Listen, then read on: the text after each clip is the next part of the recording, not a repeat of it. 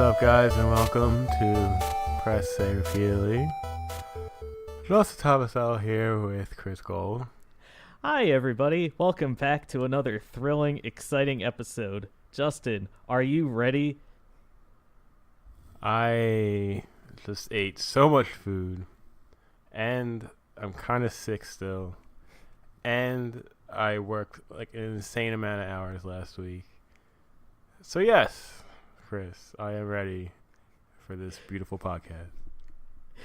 You sound like you are on the verge of death. Well, maybe I am. That would be a shame. That would be the second notable death that we would experience within the past week. Oh, yeah. Yeah, because this episode, I'd like to take some time to dedicate this episode to our long-lost Mario brother, Luigi, who tragically lost his life this past week. If you guys don't know this, Luigi is my favorite character, and I took the news pretty hard.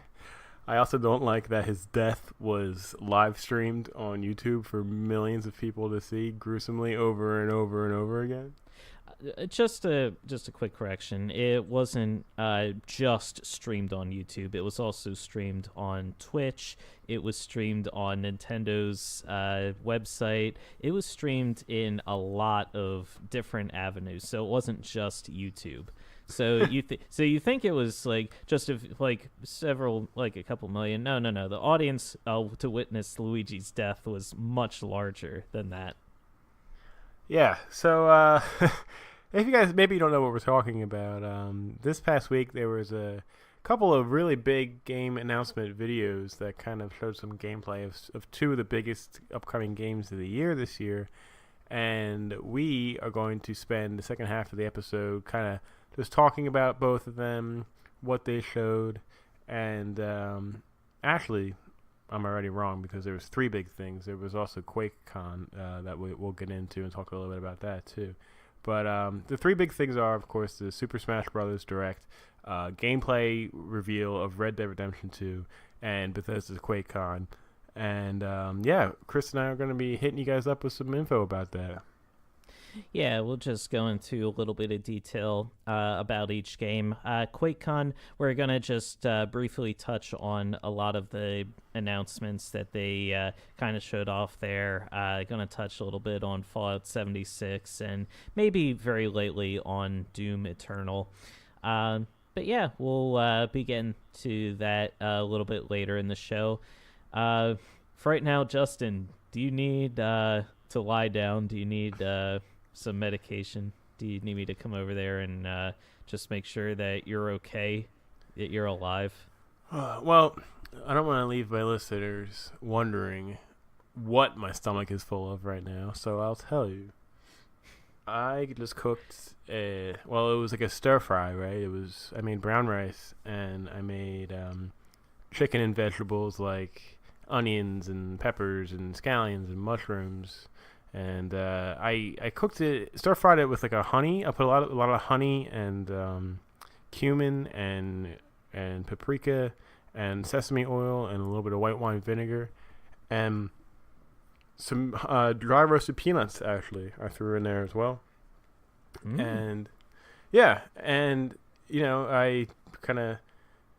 So here's my mistake. Okay, we have normal human-sized bowls that humans use to eat food with. That, you know, you put your cereal in this bowl, you put your ice cream in this bowl, whatever. At the same time? You could have some cereal O's if you want. That's a lot of. I don't know if I could do cereal a la mode. Well, I've been to ice cream places where some of the toppings are like Frosted Flakes or Fruity Pebbles or something like that. That's fair. Yeah. But anyway, yeah, so, you know, human-sized bowls for human-sized consumption. But, of course, I did not want that. I wanted the mixing bowl size. You know? The oaf-sized bowls, if you will. Now, there are several sizes of mixing bowls. What size mixing bowl are we talking here? Okay, well, you know how I have the big mixing bowl for all your mixing, right? Yeah. Okay, but you know how that usually comes with another bowl that's about smaller, but it's still kind of a big bowl. It usually has several bowls of decreasing size within the mixing bowl. Yes, I'm aware. Yeah. So it was like a mid-range mixing bowl, I suppose, and yeah, it was a lot of food, and I ate it all. Well, you know what? Good for you. You ate it all. You're not dead. That is something to hang your hat on. Yeah, because it was very actually came out very good. It was something I was just kind of winging together, and a lot of times when I do that, it's okay. It's not great. But this one actually, the chicken was cooked perfectly. It had some really good flavor to it. The honey was a really nice touch to give it a little bit of sweetness. And, that brown rice, I'm always a big fan of brown rice. So it all went together really well. And, yeah, I'm good. I'm full and tired, but I am ready to record. All right. We started recording the episode about 10 minutes ago. Wait, what? So, welcome to the show, everybody. Glad you could join us. Yeah, I'm delirious on deliciousness. Beautiful. All right, so while you're, tell you what, why don't we talk about some of the time that you've had some time off. You were lost in space for a while. You apparently were gorging yourself to the point of bursting while you were gone. Can't argue that. In the meantime, I'm sure you squeezed in some time here and there to play some video games. So, Justin, what are you playing?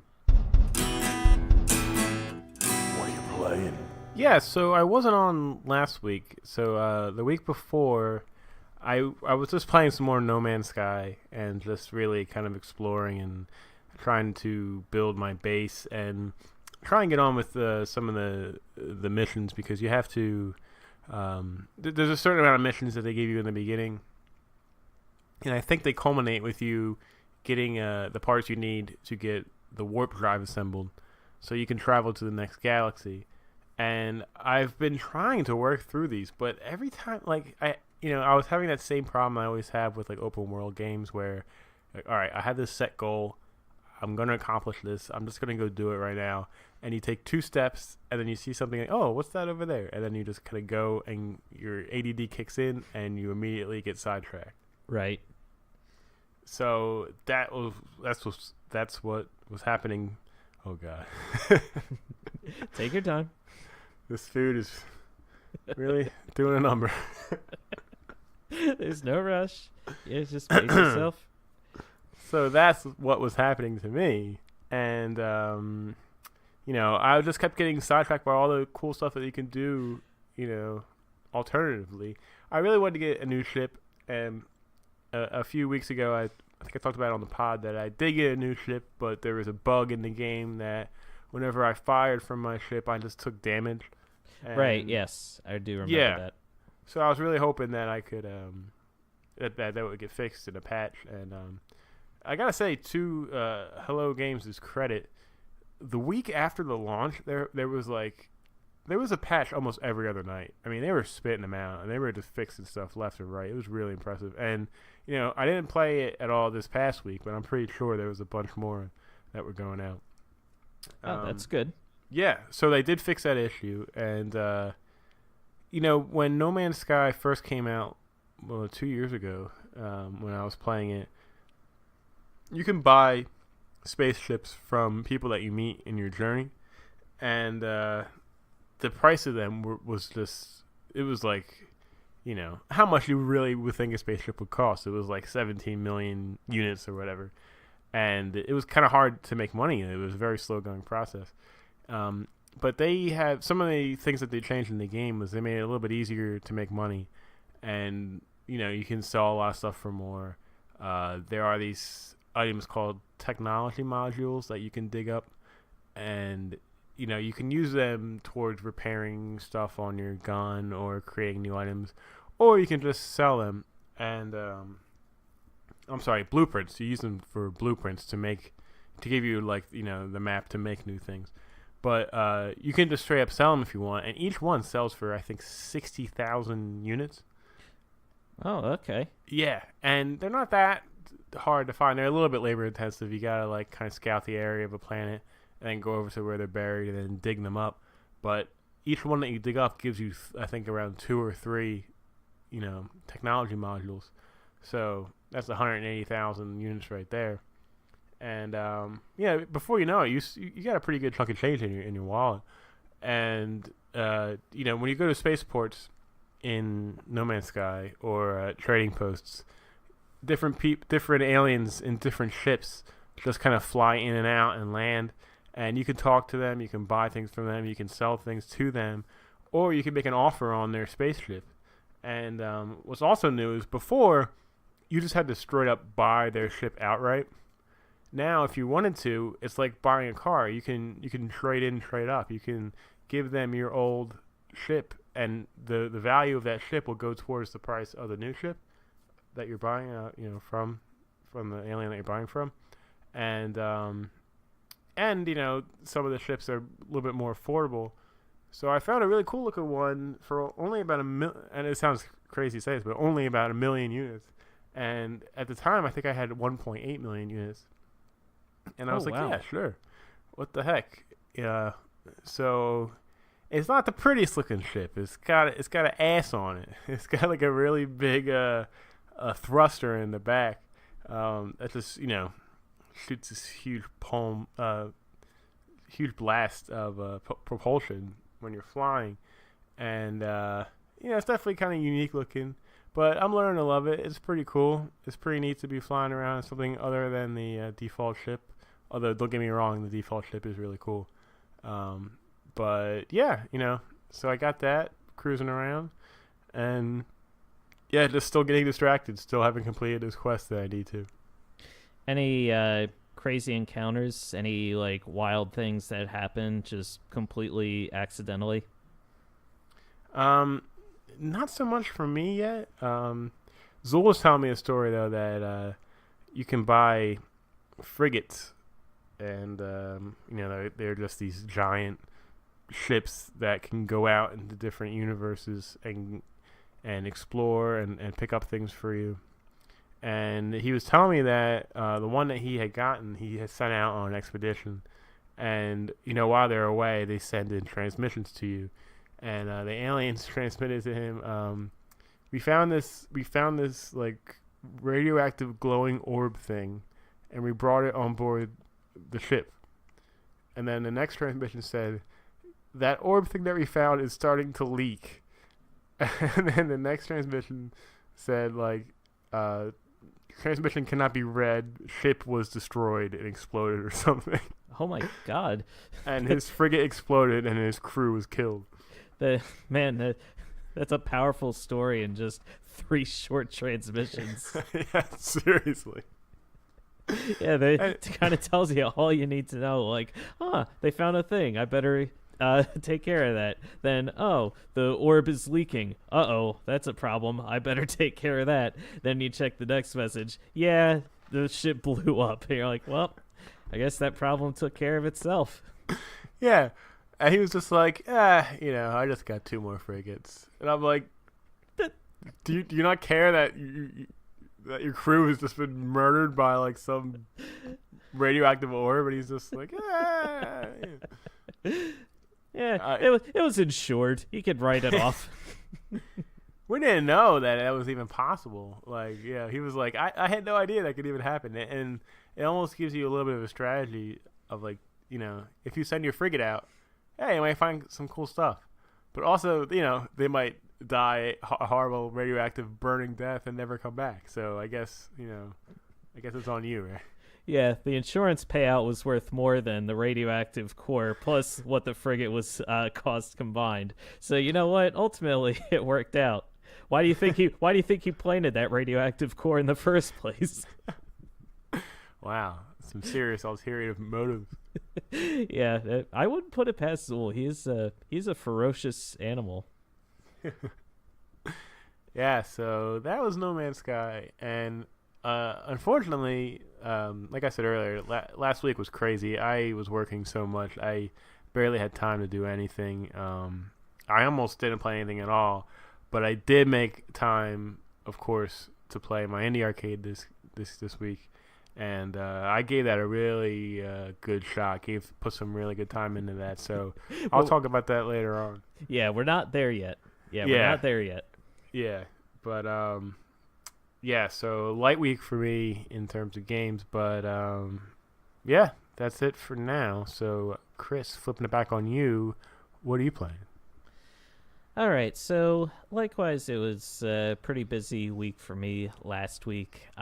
Didn't get in as much game playing as I would have liked, but I did manage to squeeze in a little bit more time into Mega Man X. And Justin, I'm sorry to say, but I think I've hit that point with Mega Man X where I just have to put it down, walk away, and say, you know what? I'm just going to have to live comfortably with the fact that I just am not going to beat this game. Okay, so that's not like a rare thing for a Mega Man game, because if you remember, I hit that wall at Mega Man 2 when I was playing it a few months ago, and I couldn't beat the Dr. Wily stage. So where did you leave off?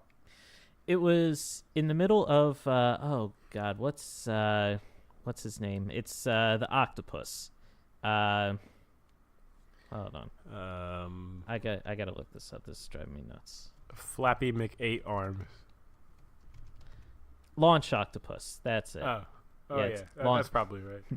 No, it's Launch Octopus. So the entire stage is probably my legendarily least favorite levels in any video game of any genre. It's a water level. Uh-huh.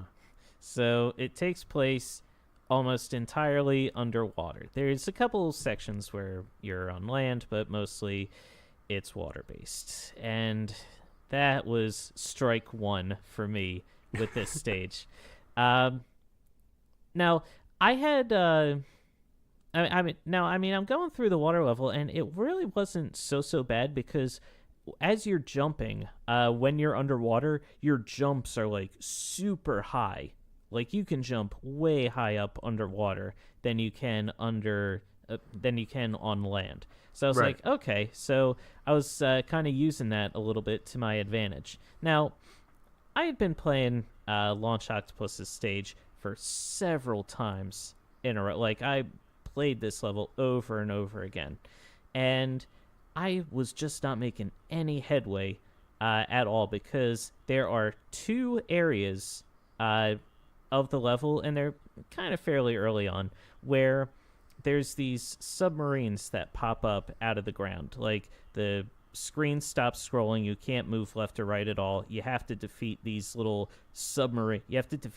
big submarines to advance. And the first one that shows up, it's all on a dirt path, and it fires out these little, like, robot eels that kind of crisscross in front of you, and then it does this move where it sucks in water, and then it blows out the water. Oh, my God. So, just you saying that, like, I instantly... Like, I had forgotten about this until now. I guess it was deep in the back of my brain, but, like, I remember that level now and that part, and I remember how frustrating that was. Yeah, so it got me in the, like... In the dirt area, I was like, oh, I'll just shoot him, blah, blah, blah, and pop him out, blah, blah, blah, blah, just fire real rapidly and charge up my blaster and just knock him out. Okay, great. Everything's wonderful. Then I progress a little bit further on. There's some little enemies to deal with here and there. And then there's the other submarine. My arch nemesis, this submarine. Because, Justin, this submarine pops up. And now the terrain that I'm fighting on, there is a platform, and then there's the little dirt area where he is, and in between him and me, and also behind me, are spikes on the ground. And these spikes are instant kill. Yeah. Instant kill spikes right in front of you. And let me tell you, this guy loves to pull out he sucks in the air, and then he sucks in the water, and then he blows out the water, and he likes to do that, like, back and forth. Like, first he'll be... And the walkthrough, I mentioned it last week. I was following a walkthrough to get through Mega Man X. And the walkthrough was just saying, oh, he'll do this move where he sucks in this water. Just jump over it. Let me tell you, you jump and it doesn't matter. Like, you still will be drawn in towards this guy when he's sucking you in, and you'll also be pushed away from him when he's blowing the water out. Ugh. So jumping didn't help, and I was trying, man. I was trying to just jump and avoid this guy and shoot him as quick as I could to kill him, and it was nothing doing, man. It just, like, he kept, like, bringing me over to the spikes and dropping me in and killing me. And I was like, oh, you've gotta be kidding me. So I had taken a breather from him. I was like, yeah, there's got to be another boss. Like, it was like the Storm Eagle I talked about last time. I was like, oh, I was having trouble with Spark Mandrill, so I went to Storm Eagle stage, pantsed him, went to Spark Mandrill, and it was a piece of cake. I was like, maybe that's what I need to do. Maybe I'm not ready for Launch Octopus yet. So I went to Armored Armadillo, and I went to his stage, and his stage was a lot of fun, because you get on, like, these little carts, kind of, and there's, like, these roller carts, and you kind of, like, scoot around most of the level, and you jumping around, you're flying. It's a lot of fun. The cart-type levels are such a blast to play. Getting to Armored Armadillo himself, like, fighting him was a bit of a challenge because all of his attacks really hit hard. Like, I had Spark Mandrill's weapon at this point, which is his weakness, and I was using that to take out a lot of his energy, but he still gave me a good run for my money several times. I eventually took him out, though, so he wasn't too bad. So I was like, okay, so I got Armored Armadillo, another notch there. So yeah, who's next? And I mean, at this point, I'm halfway through the Robot Masters by this point. I have there was Flame Mammoth and Boomer Kawanger, and who's the chameleon? Karma Chameleon, I think. Oh, right. Yeah.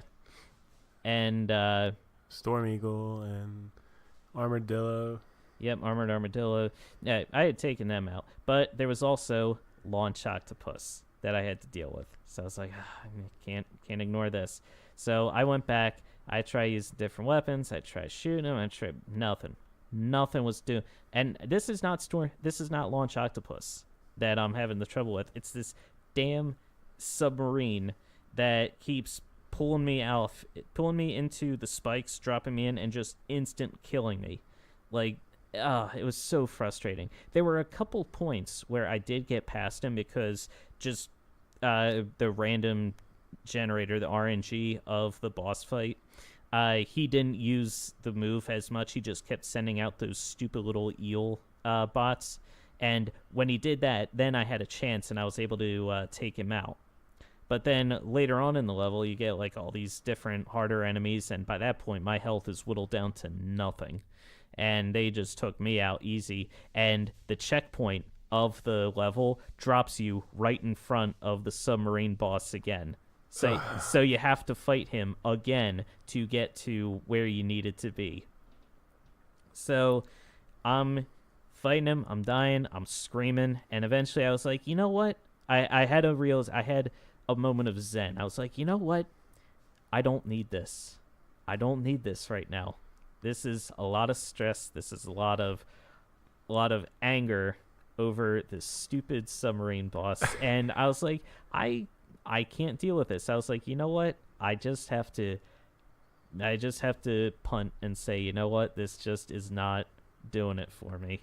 I imagine you like just putting the controller down and standing up and like walking outside, and as soon as you open the door, you're on like a beautiful serene beach with the sun setting and like birds flying, and like these two little like cartoon rabbits just come up next to you and just like hopping along with you, and then you just walk like towards the sun and you turn into like a silhouette, and then like the camera pans up and it just says "The End" in like a cursive script font. Yeah, I walk out and there's like a beach party going on. Everyone turns, sees me. They get big grins. They start waving me over, like, "Hey, come on, have fun." It's not like I start run over. I got a big grin on my face, and yeah, that's the end.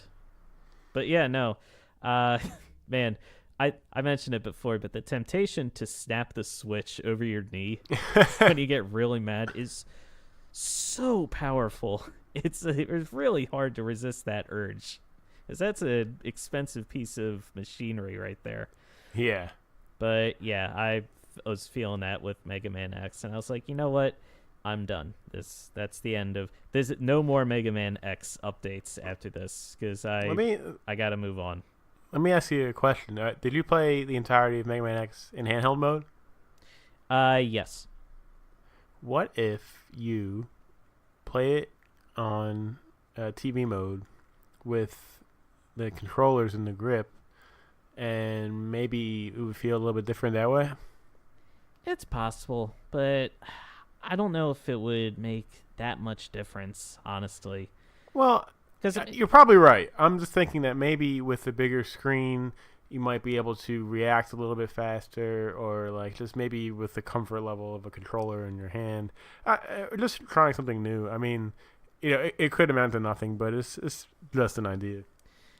yeah, it's a possibility. I mean, the idea of playing the Switch in anything other than handheld mode is just such a completely foreign concept to me.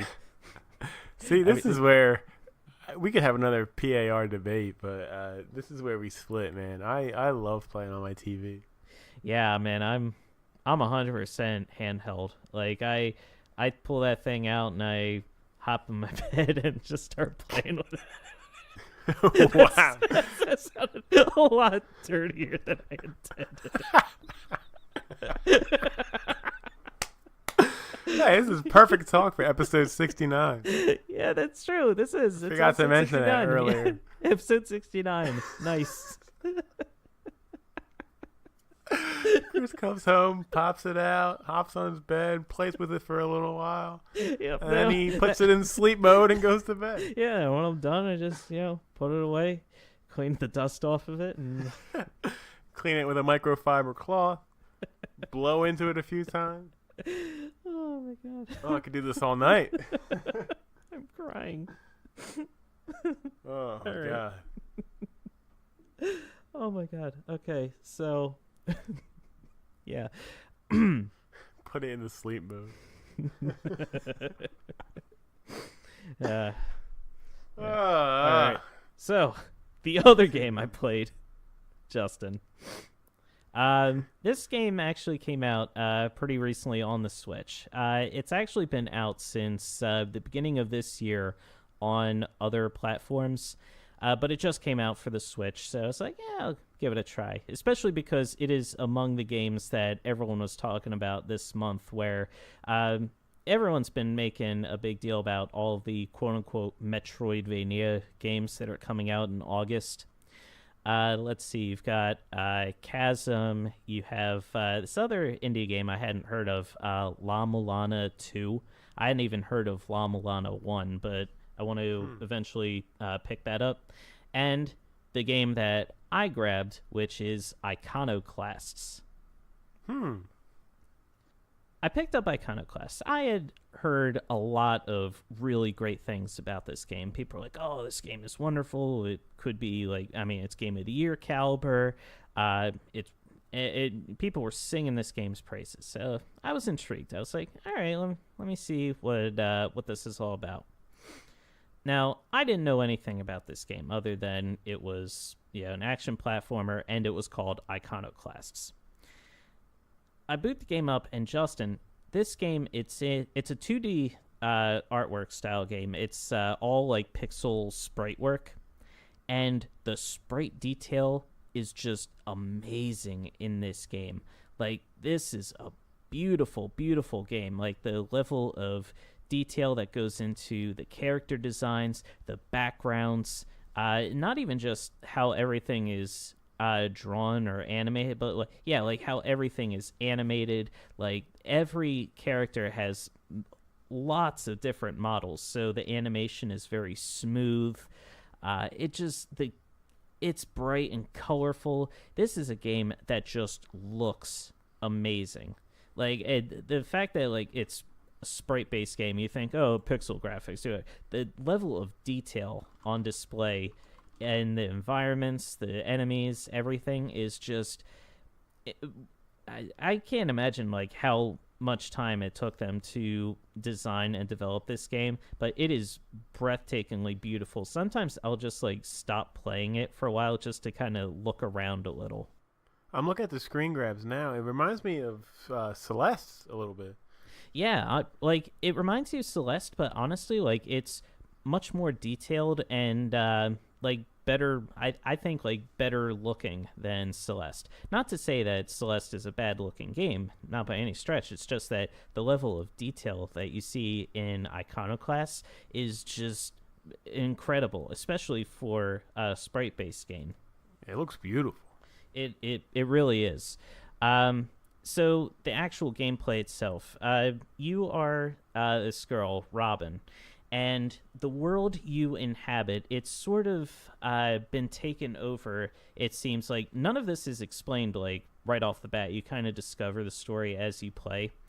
It seems that the world has been taken over by this theocratic type of system referred to as the One Concern. They're the army that has sort of taken over the world, and they have this bizarre, very, very strict view of what is or is not allowed morally and religiously. And basically, you, as Robin, you are the daughter of a mechanic who passed away before the game had gotten started. And you want to follow in your father's footsteps and become a mechanic yourself. However, you do not have a license to be a mechanic. Therefore, according to the government, you are a sinner.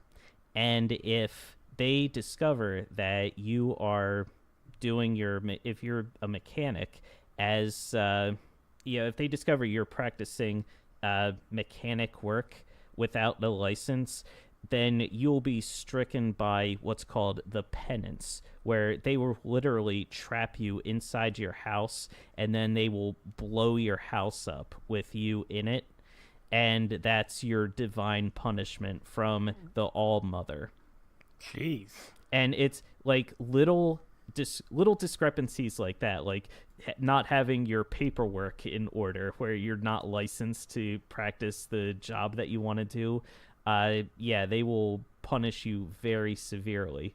Some minor spoilers, I guess. It's the very beginning of the game. You go and you visit some family, and one of I think it's your brother. He's doing a job that's considered outside of the boundaries of what's allowed by the government, and the government agents catch him as he's visiting home, as you're also there visiting.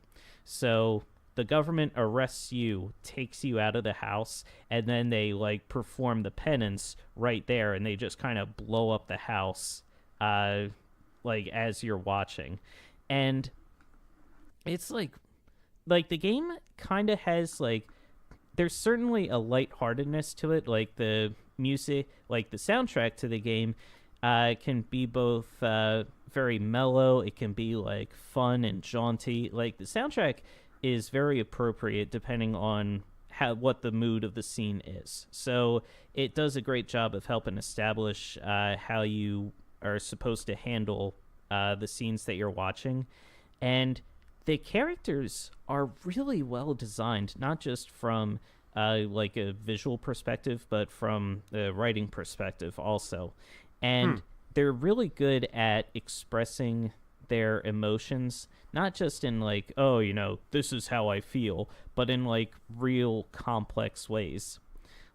You meet a character later who is her mother is very nagging, and she's, I guess, sickly, and you discover that she's always like guilt tripping her daughter. Is like, oh, you're going out into the world again, I guess you're not worried about me, you feel like you can just leave me behind to fend for myself. And she's like, like, yeah, mom, I know. You're like, yeah, we've been over this. Yeah. And like it doesn't go like, it doesn't go oftentimes too much farther than that, but you can just sense the frustration and the tension in the room between these two characters, and it just like adds just an extra level to the actual gameplay itself. Like it, and the speaking of the gameplay, I probably should talk about that at some point. But yeah, it's a classic like action platformer type game. So you've got a big map, you have to fill it in. You get different abilities as you progress through the game, and then you backtrack and use those abilities to reach new areas, get new items. And the power-ups in the game, I feel like that's probably the one area where the game kind of falls flat, is they have this system called tweaks. And tweaks, you find these blue chests scattered in different areas around the world, and they're set in such a way where they're the challenges. Like, hey, you to progress through the story, you go this way, but if you face this tough swarm of enemies over there, or if you go this different direction, your reward will be a blue treasure chest, and they hold a material of some kind. And at different workbenches that you find throughout the world, you can use those materials to craft tweaks to your skill set. Now, you can only have so many tweaks equipped at one point, but they each have different things. Like, they provide a barrier so that if you get hit once, then you'll be protected. But if you get hit after that, you'll still take regular damage. There's tweaks that help you swim underwater for longer periods of time. There's a tweak that gives your wrench extra power behind it. And that's you have two weapons. You have a gun, which stuns enemies and eventually we can kill them. And you have your wrench, which you can use to solve different traps, open different doors throughout the area. It's mostly used for puzzle solving, but these weapons can also be used for like killing enemies and taking them out in different ways. And the tweaks, like, there really isn't too much incentive, honestly, for me to kind of manufacture the tweaks. Like, I feel like I'm playing through the game and I'm going through at a pretty good clip. Like, it's providing enough challenge where the game isn't super incredibly easy, but it's not so hard where I feel like, oh, I gotta find a workbench, I gotta make up some tweaks, I gotta fix my character up somehow. It doesn't really feel like the game is pushing you too hard into actually utilizing the tweaks. So it's a little weird. Like, the reward itself of actually finding the materials is good enough for me, honestly. But yeah, I just didn't feel anything from the actual tweak system. It's probably just an extra incentive thing that, like, maybe for the collectionists, who really wants to get everything in the game, they can go after those tweaks. And, I bet it's also kind of like a selective thing, right? Where it's not like every tweak that you get is improved over the last one. It's just every tweak that you get does something different, and you can kind of build your set of, like, maybe like the few that you like and kind of go from there. And so maybe you're going out and you're finding more that aren't necessarily more powerful or anything. It's just something different. It might be something you don't even ever use, in the game, but I guess it's just more things for you to go out and collect. It's certainly possible. I mean, I don't really need that much excuse to go out into the world and just explore and collect things. To me, that's just the way I play most games anyway. I like to go out and explore all the different nooks and crannies. But yeah, outside of the guns and the wrenches, you also have a lot of I mean, you have different moves that you can also perform. If you shoot with the stun gun, you'll fire regular bullets. But if you hold it down, you can charge up like a really powerful shot, and then boom, let out a really powerful blast that can take out like powerful barriers or stronger enemies. And it has a catch where the gun has to cool down a little bit, and you see a little meter above it as it's cooling down. And once it's cooled down, then you can use the gun again. And the wrench, if you hold that down, you can swing it normally, but if you hold it down and charge the weapon up, you can spin the wrench around, and you can use that to do things like spin gears, which will turn giant wheels for you. Or if an enemy launches a projectile at you, you can spin the wrench, and it will knock the projectile back at them. So let's see. You've also got a kind of a down B move where if you jump into the air and hit like down and B, you can smash down. Like you just do a downward kick, and you can smash through enemies or blocks through that way. Like there's a lot of variety to the gameplay and how Robin controls, and the game feels like. That's the one thing a lot of games try to do and they don't get right. The game just feels good to play. Like, honestly, I was playing the game last night, and I got, like, a good couple hours into it, and it felt like no time at all it felt like time just flew by. You know, it just felt so good to play. Yeah, that's one of the things that when it's right, it is like the only thing that you need to be addicted to a game. Like when the controls are that fluid, I mean, of course, everything else matters. You gotta be interested in it, and it's gotta have a good, just gameplay mechanic and everything. But if it's something that you like, but it feels so good to play too, I think that's when people, I know for myself personally, like get addicted. I mean, I think at every Mario platformer I've ever played, I mean, the controls in them are always so like needlepoint tight that everything you do, everything you want to do. If I want to, 180 cartwheel jump up on top of this building, I can do it, and like no problem at all, and I don't have to worry about maybe the camera being exactly perfect or anything, because I just know I can pull it off without breaking a sweat, and it just kind of opens up the game so much, and you feel more in control. Like the attacks you make and everything that you do, you just feel so much more in power of it, and it leads to you, like you said, just playing it for hours last night. I mean, that's awesome. Yeah, but so yeah, it's a fantastic game.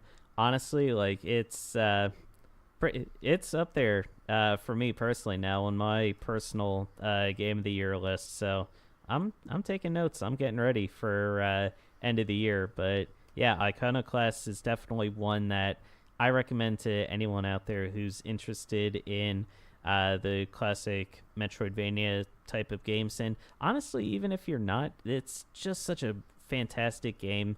Give it a shot, and yeah, it's just a lot of fun. You have this year a lot of games that you've played and really enjoyed, and I kind of feel like I'm way behind you. Like I got to write down like just stuff that you've played this year that you've loved and give it a shot. Mm-hmm. No, I agree completely. You've really been dropping the ball this year. I'm extremely disappointed in you. Once we get done recording, we're going to have to talk about you and the direction of this podcast. And I don't know. We'll see if maybe those directions intersect, Justin. Can we do it tomorrow? Yeah, all right. That's fine. But before I fire you, we still have to discuss the other game that you've been playing this week. Such a dick.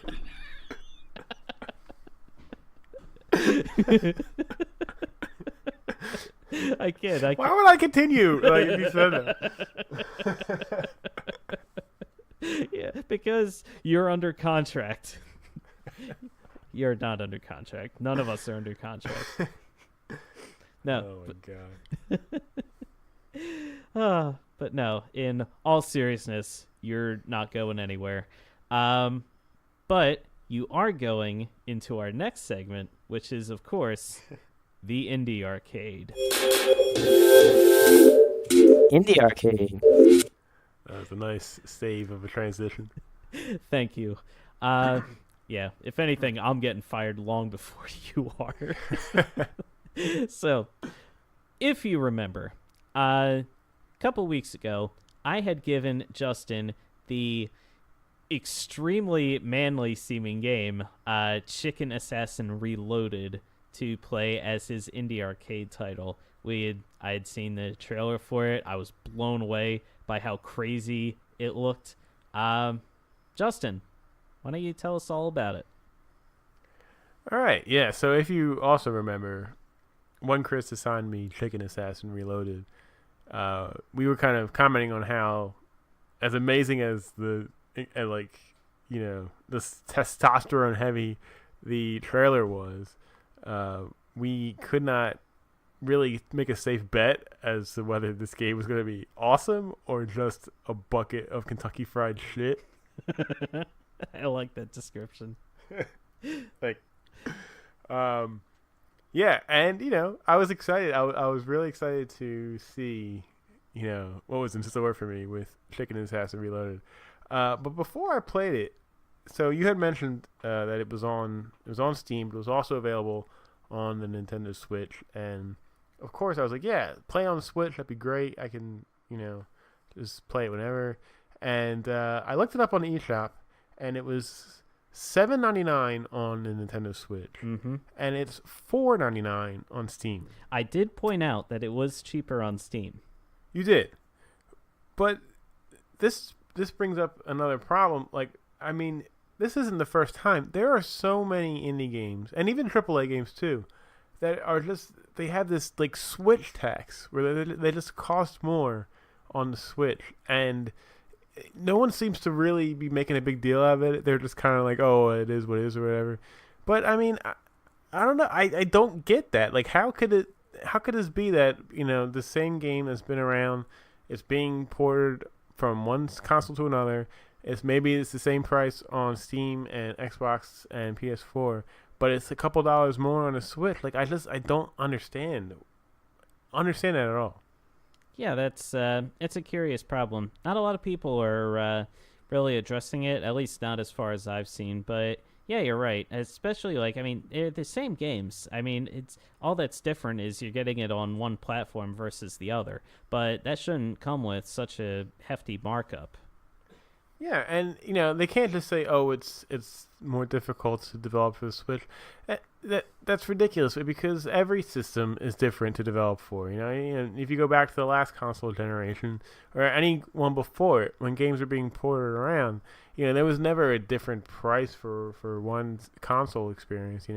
Maybe PC games, they go on sale a lot more frequently, but yeah, I don't know. It's just frustrating and. For me at least, it cost Nintendo a sale there because I said, no, I'm not going to spend an extra $3 on this game for the Switch. I'm going to play it on PC, and that's what I did. Mm-hmm. Yeah, no, good for you. Honestly, if I'd been in your boat, I would have done the exact same thing. Yeah, I mean, it makes no sense. Why would you pick it up when it's $3 cheaper on an entirely different platform? That's crazy. Yeah, it's just frustrating because I would love to play it on the Switch. Like you said, you got you love to play handheld. You got the portability of it. If I did really want to bring it somewhere, I could. But I don't know. But we're not here to talk about business schematics. No, we are not. We are here to talk about chickens and assassins and how they have reloaded. Chris, Chicken Assassin Reload may be the best comeback story of a video game I've ever played in the history of video games. Go on. That's an incredible lead. I downloaded Chicken Assassin. I turned it on. I loaded it up, and so it just throws you into the game. There's a menu that just literally says, I think there's a battle option. And then there's options of the sound effects and music level and all that. And I'm like, what does battle even mean? How does this game work? Like, there's no tutorial. There's no instructions. They must explain somehow what you're supposed to do. And I hooked up my controller to my PC because I wanted to play with my Xbox controller. But as soon as the game loaded, I noticed that your cursor of your mouse turns into like a crosshair. So I was like, oh, okay, I'm guessing this is some sort of arcadey shooter game, I guess. So maybe, the controller won't work. And it didn't, the joystick didn't do anything. So, all right, mouse and keyboard, that's fine. All right, I click on battle, don't know what to expect. It opens with a very brief cutscene of the story of the game, which is Mean McAllister, who you play as. He's a giant buff rooster who, I guess he was a street brawler, or he was just in some underground fight club. And the enemy of the game, Mr. Stopel, I think his name is. I can't remember off the top of my head. But basically, he looks like an evil version of the Monopoly Man. I mean, it looks like the Monopoly an eviler version. Yeah, who is extremely evil. Yeah. So Mr. Stopel is there, and he's like smoking a cigar, watching you fight, and on his like his arm candy is, I think, a woman. I think her name is Candy, and just this beautiful woman. And the story is that Mean McAllister basically saw her at the corner of his eye while he was fighting and just instantly fell in love.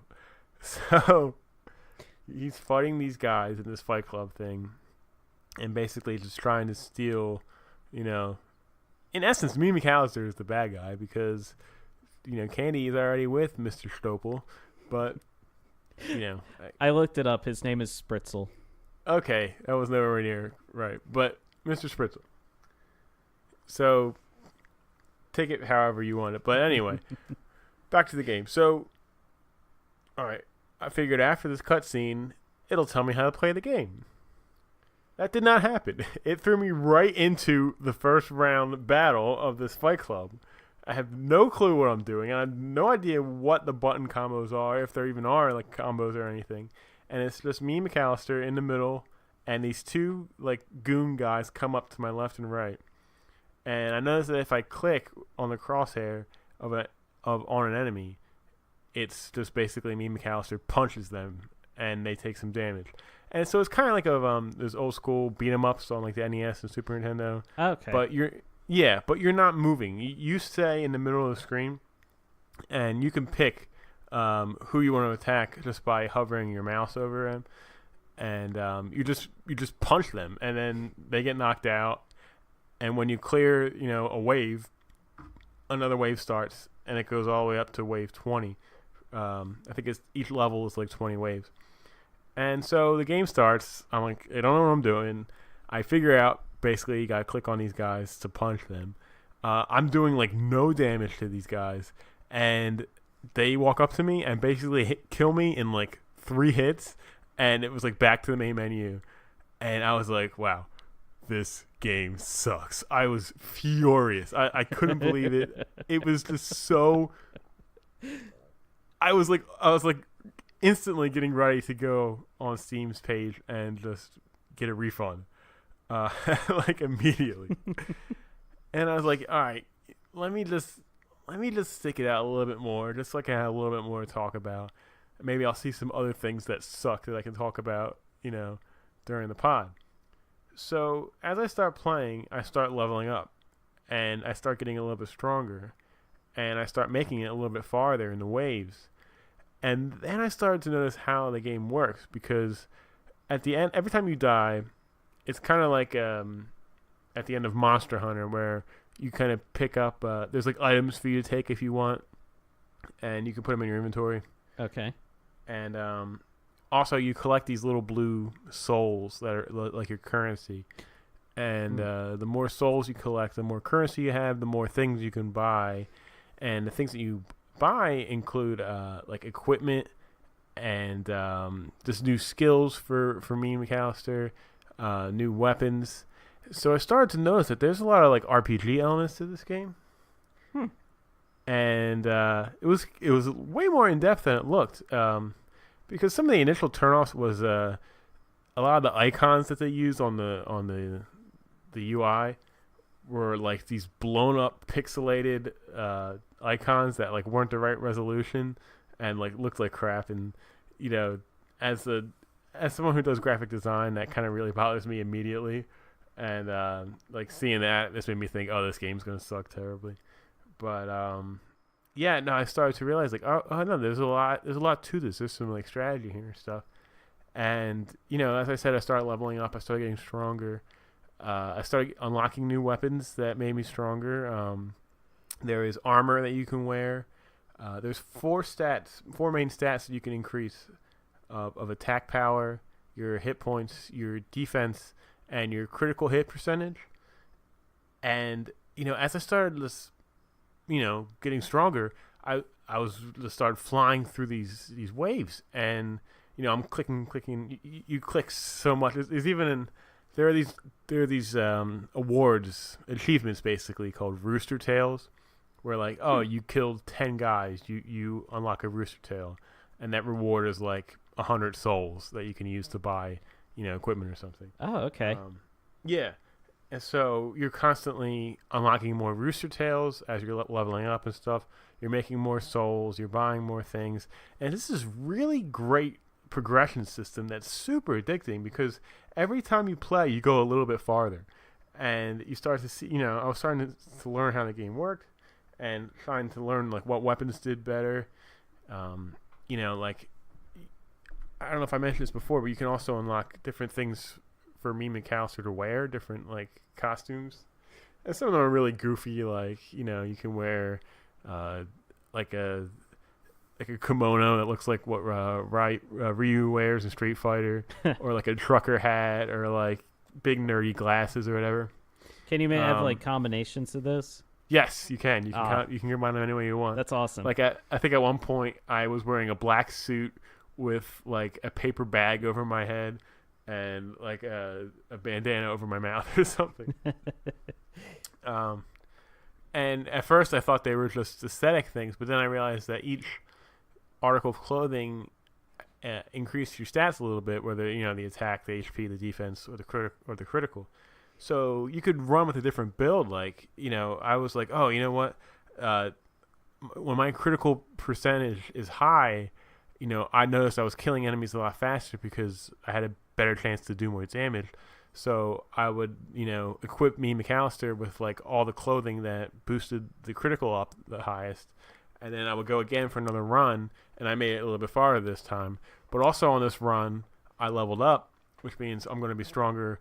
When I go back to the main menu and I spend my souls on new abilities and stuff, and maybe I'm level 28 now, which means I unlocked some of the items that you can get, like weapons and stuff, you can't use them until you're a certain level. So let's say, I'm level 28, which means my sword's unlocked. So now I can equip them, and they do more damage. They do more critical damage, and they do more attack power. So I'll go through them, and I'll make it even farther. And before I knew it, I was like almost 2 hours into this game. Like, it was crazy. I was addicted. I couldn't stop playing. I was like, one more round. And other things that are great about this game is just, first of all, it's really weird. It's got a really great sense of humor, and I love both of those things in games.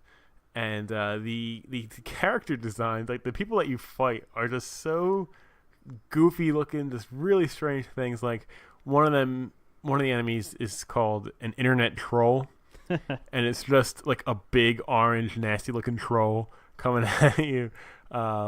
There's like people with TVs that are smashing on you, like giant assassins with like samurai blades and black suits and like laser eye vision. There's a level where you're on a boat and you fight these like sea rats and like these weird looking fish men things. And it's just like every new character that you fight is just really like a funny, really crazy character design. And you start to unlock some of their clothes so you can wear what they're wearing later. once you start to improve them. And yeah, like so I got addicted in not only you only need to beat 10 waves to unlock the next level, and each level has like a 20 wave maximum. And so what you do is you can keep playing that initial level and get stronger and go all the way to, beat it at wave 20. And when you beat a wave entirely, you get a chance to even rarer items that can make you even stronger.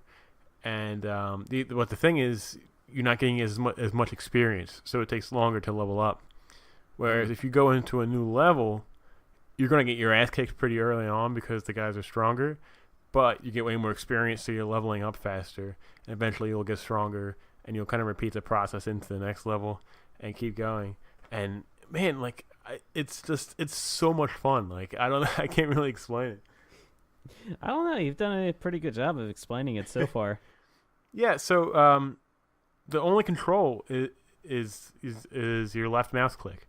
You click as fast as you can. You click on the enemies. I didn't verify this completely, but I think if you hit them in the head, it does more damage than if you hit them in the body. Some of the guys I was fighting had like riot shields, so if you clicked on the riot shield, it didn't hurt them. You kind of had to click behind them a little bit to actually hurt them. And some of the stuff that you unlock can really help you out later in the game. Like I unlocked this drone that flies above my head that will randomly shoot out laser beams to like help me kill some enemies. And you can improve all that stuff, get it stronger.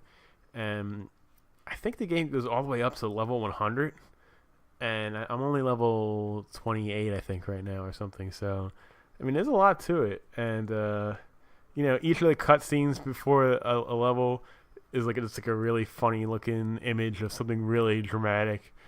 The beginning, when you first boot the game up, it's so funny. It's just me, McAllister, in a helicopter with like a humongous machine gun, and he's just blasting the machine gun out of the helicopter.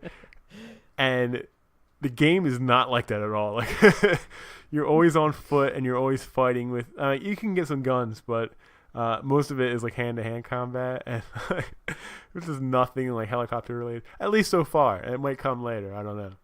But each level, like not only the characters but the background animations are really great. Like there's a level where like there's a riot going on, and like while you're fighting the people, like you can look in the background and you see like just a bunch of different people, that are designed like for the riot. Like there's people holding signs that you can read and stuff, like, and it's all like it's like an interactive kind of background a bit where you see like riot police are like blasting them with like a fire hose, and like all that's happening in the background while you're fighting these waves of enemies and stuff. And it's just really just some cool engaging stuff. That's cool that they have that attention to detail in there. Yeah, very very detail. And it's super goofy. A lot of like chicken puns and stuff in there, of course. I would expect no less. Yeah.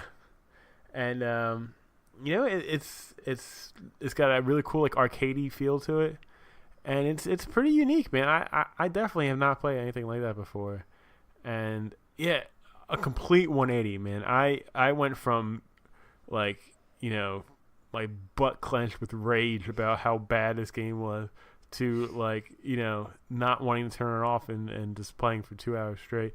It's a lot of fun. Well, that's awesome. That's honestly a pleasant surprise. I was honestly like, when I was watching some of the trailers for it, I kind of got the sense that it was just like a clicker type game where you were just like clicking over and over, and I was thinking, oh man, this does not look good. But yeah, I'm glad that it has like, sounds like got a good progression system. It's got good rewards for going through. It's funny. It sounds like it. Yeah, really good time. I'm glad you enjoyed it so much. Yeah, I mean, it's definitely a clicker because that's all you do is click. I mean, I got the Rooster Tail Award for 5,000 clicks in like a half an hour. Oh my god. Yeah, it was crazy. And I unlocked this weird system called the black market, where there's just like this thug, and every 3 minutes he he just pops up on the bottom left corner of the screen and goes, "Brr," and like it scares the crap out of me every time. But basically what that means is he has a new request where you get items at the end of levels, or like when you're killing enemies, like, you know, like a pocket watch or the slippers or something that aren't really for anything. They're just for you to sell and make money. But sometimes he'll be asking for them. He'll be like, "Hey, I need 2 pocket watches or whatever." And if you sell him the 2 pocket watches, you'll get some experience and you'll get some souls for it. But the problem that I was having with that was whenever I got items that I didn't need, I just sold them immediately because I would use the souls to, upgrade my skills or whatever. And I never really used that black market system because whenever I went to talk to him, he needed something that I didn't have, like every single time, and it was just not. I don't know.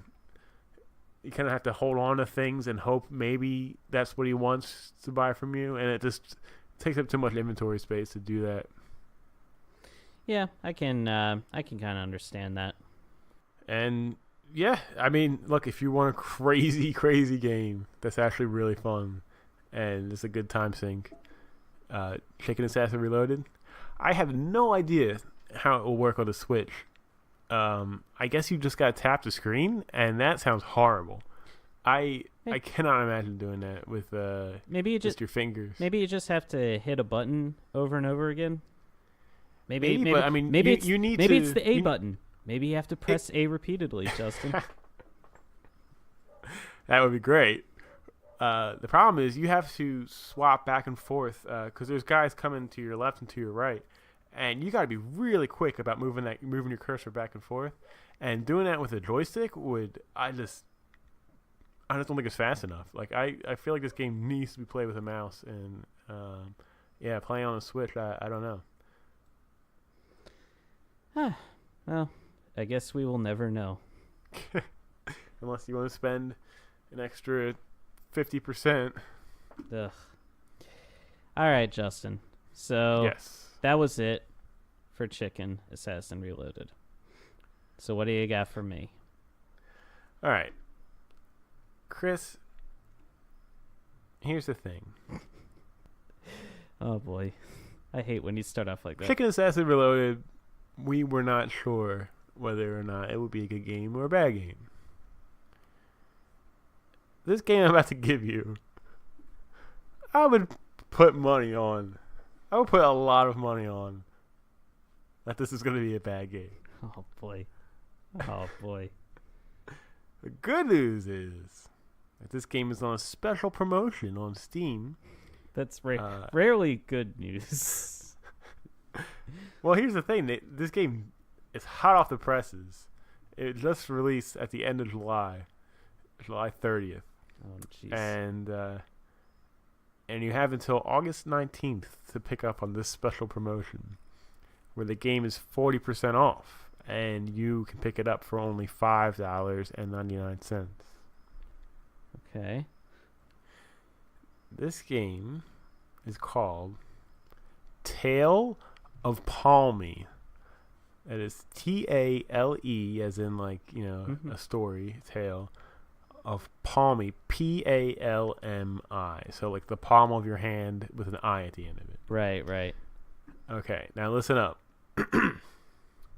Travel thwart space and time and help Palmy defeat evil sorcerer and save the world. Once upon the time, brave twins had to thwart the plans of evil sorcerer and help magic creature to save the world. They will meet surprising friends and dangerous enemies. They will have to use magic to solve puzzles and jump through risky situations. Discover a story full of magic and fantasy that is hidden behind of the Tale of Palmy. Travel through hand-drawn lands. Man, these are hand-drawn lands. Run, jump, and use magic. Arcade and logic obstacles. And dialogues that you can read together. I don't even know what that means. What does that even mean? What does like that text mean? on the screen that you can read with a friend, maybe? Oh man, this just looks awful. You know what it looks? It looks like if it kind of looks like if Iconoclasts was in its like prototypical stage, and they decided, you know what, let's just release it. Well, shouldn't we do like quality testing and like make sure the collision detection works and the animations are smooth? No.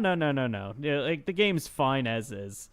Oh man, I'm seeing this guy's like platforming and he's running on roofs, and it doesn't make sense like where he's even jumping up onto the roofs. There's a screenshot with a bunch of gnomes playing in a pile of leaves or something in the background. All right, so it's this guy and this girl, and they're twins.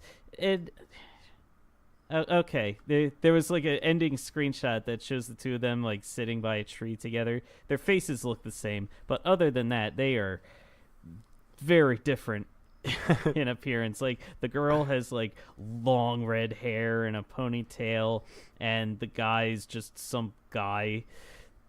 He's just generic, the man. Is that a fairy that's following them? I believe it is. What is even going on?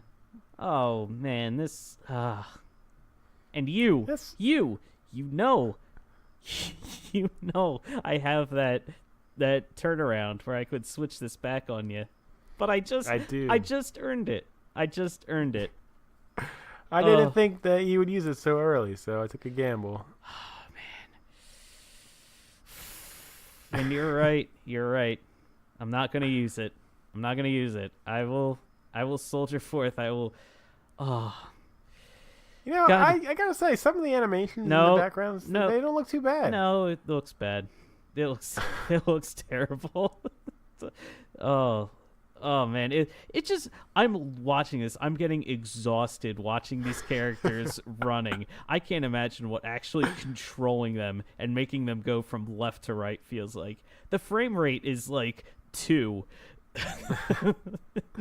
It's just the number 2. Like the trailer. There was a stealth part where the girl is hiding in a crate and a guard runs past and she jumps out and her feet like clip right through half of the crate as she's jumping out. Whoa, there's like a laser wolf battle. There is. That's the coolest part. There's these wolves and they're shooting lasers at each other. Watching it, it's not clear. Is it coming from the eyes or from the mouth, or is it just their general head area? I don't know. Oh man, I'm gonna regret agreeing to play this game. I already regret it. Well, this is the cross you bear this week. God. If it makes you feel any better, It doesn't. there is one review that says, I got stopped by a game-breaking bug. The art style is really cool. Music is pretty. I wish there were more sounds than just the music, though. The text needs some better localization and to go a little slower. We'll probably get better. Probably. This is this is not early access. This is full release, right? This is out. It's out there. It's out in the wild.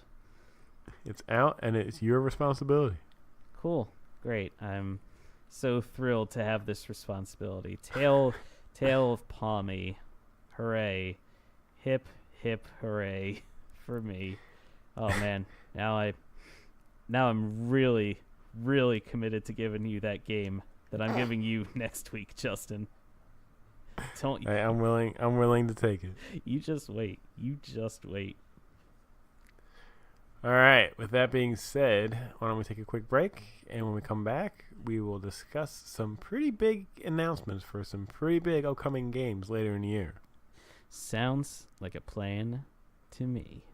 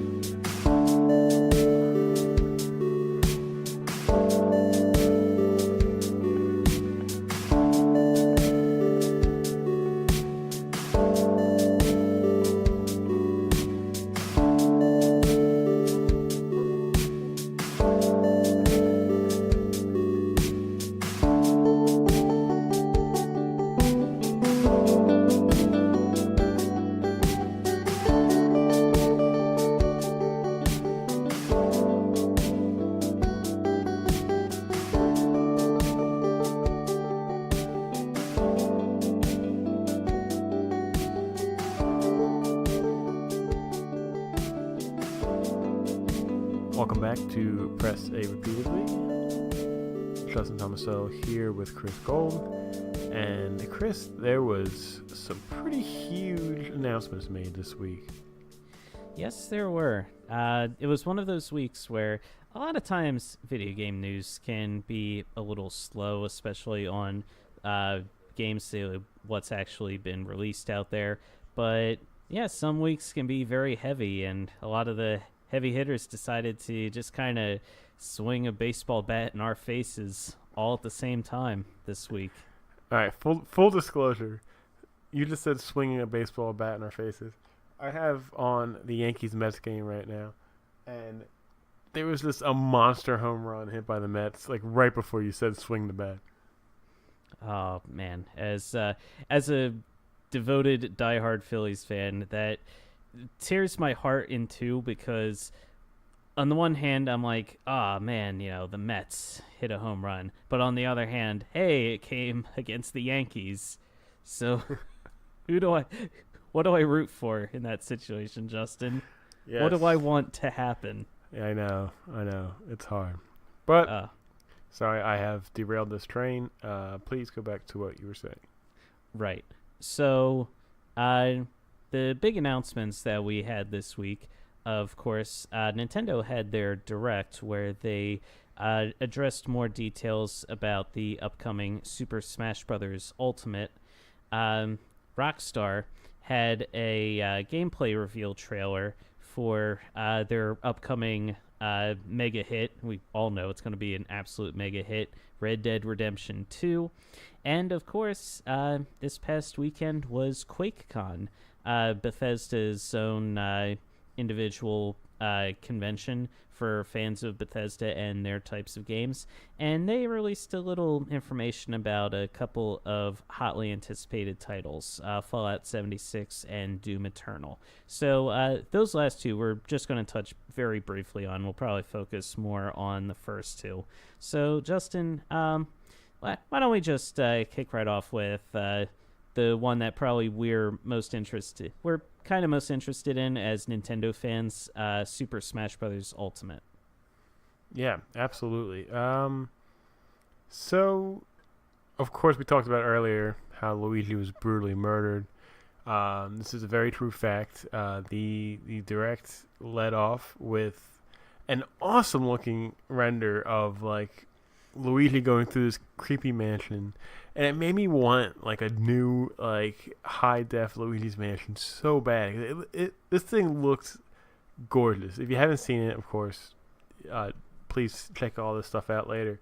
But it's Luigi going through the mansion, and he's seeing all this spooky stuff, and he sees. I'm not too familiar with the Castlevania series, but he sees one of, I guess, the main bad guys from the Castlevania series.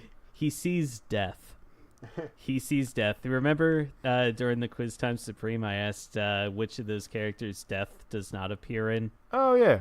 Yep, it was Death himself appears right before Luigi. So, anyway, normally you think, oh no, like, Luigi's in trouble here.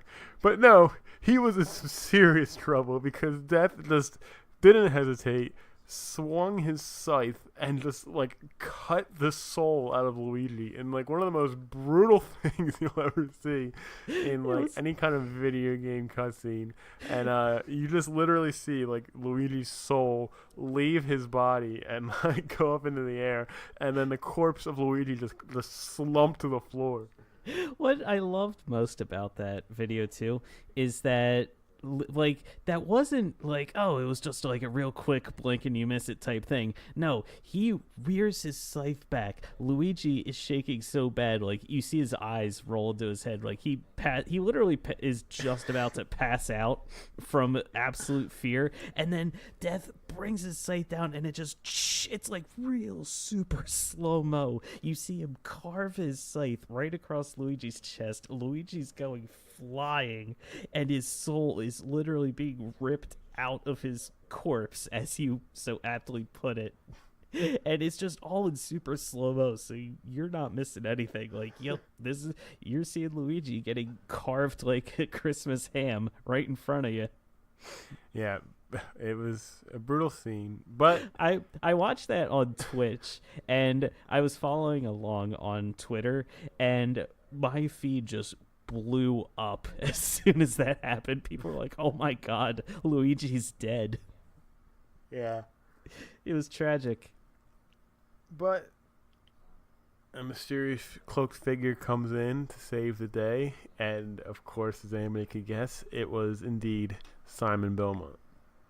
Yes, it was Castlevania himself from his self-named franchise, Castlevania. Yeah, so that was a pretty huge character reveal. It was obviously a very big requested one. Again, this is a third-party character. Konami owns the rights to Castlevania. And, with all the history of Konami right now, a lot of people were thinking, this might not happen. But in a recent Smash Direct, we found out that Bomberman was going to be an assist trophy. So that could have been a clue, maybe, as to what was coming. But let me backtrack a bit. Did you even expect to hear any new character reveals in this Direct? I was expecting it just because, at E3, Nintendo focused a lot of their E3 Direct on Smash Brothers, and they released a lot of details then. And when they said, "Oh, we're having a new Direct that's strictly focused on Smash Brothers this time," I was thinking, what more is there to reveal except there has to be new characters? They already said all the old characters who've ever been in Smash Brothers games, they're coming back. So we already know what to expect on that front, which means we had to have new characters being revealed. So Yeah. I was kind of expecting it. I wasn't necessarily expecting Simon Belmont or anything Castlevania related, honestly. Right. So Simon was huge, and then they directly went into another character from the Castlevania series from, I think, Symphony of the Night, I think, was the game that... Yep. Yeah, that was Richter Belmont. Correct. And Symphony of the Night, from what I know, is one of the most popular Castlevania games, and I'm sure fans of that game must have been flipping when they saw that. That's an apt pun there for Symphony of the Night. Because, Castlevania, Symphony of the Night isn't considered just like one of the best. It's like the best of the Castlevania games, and it's considered one of the best games like ever. Like after Super Metroid came out, and then Symphony of the Night came out, and it was after Symphony of the Night came out and people noticed the similarity in the gameplay styles between Metroid and Castlevania that the term Metroidvania was coined in the first place. So Symphony of the Night is part of the reason why we have that stupid term to begin with. But yeah, have spoilers for a 20-plus-year-old game at this point.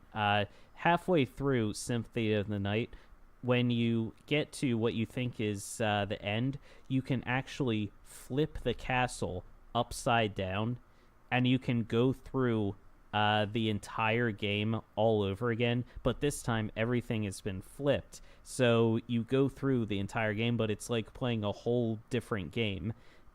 But what's amazing is that it's still well designed for whether it's flipped right side up or upside down. That's crazy. I mean, the thought process of developing that game must have been so intense to be able to pull that off. Right. So now, getting back to Smash Brothers, they also released there was a lot of information related to Castlevania that was revealed for Smash Brothers. I think they had new levels, they had new music tracks released.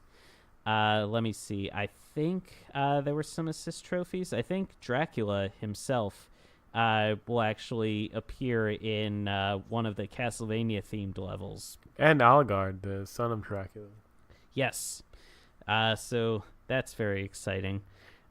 Speaking of music tracks, Justin, one of the other big reveals that they had in Smash Brothers is the sheer amount of music that is going to be available in the game.